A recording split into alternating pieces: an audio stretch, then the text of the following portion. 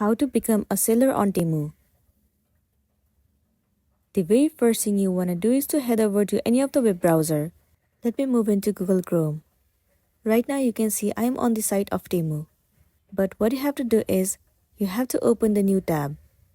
And in the source bar, search for Pinduoduo login. Tons of different sites will be visible to you. Head over to the very first site. It will land you on the official page of Pinduoduo. First of all, let me translate it to English. Tap on English at the very top. The interface will appear where you'll be able to log into your account. But if you don't have your account yet, then tap on Sign Up Now. So in order to sign into your account, first of all you have to enter your active phone number and then create a password for your account. Once you have entered the phone number, one verification code will be sent to your number. You simply have to copy that code and then enter it here.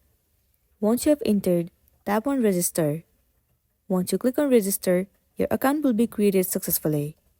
Once your account has been created, you can log into your account. And there you have to follow the on-screen process and then you'll be good to go. So that's all for today, and this is simply how you can become a seller on Temu. Make sure to smash the like button and consider subscribing if you found this video helpful. We'll see you in the next one.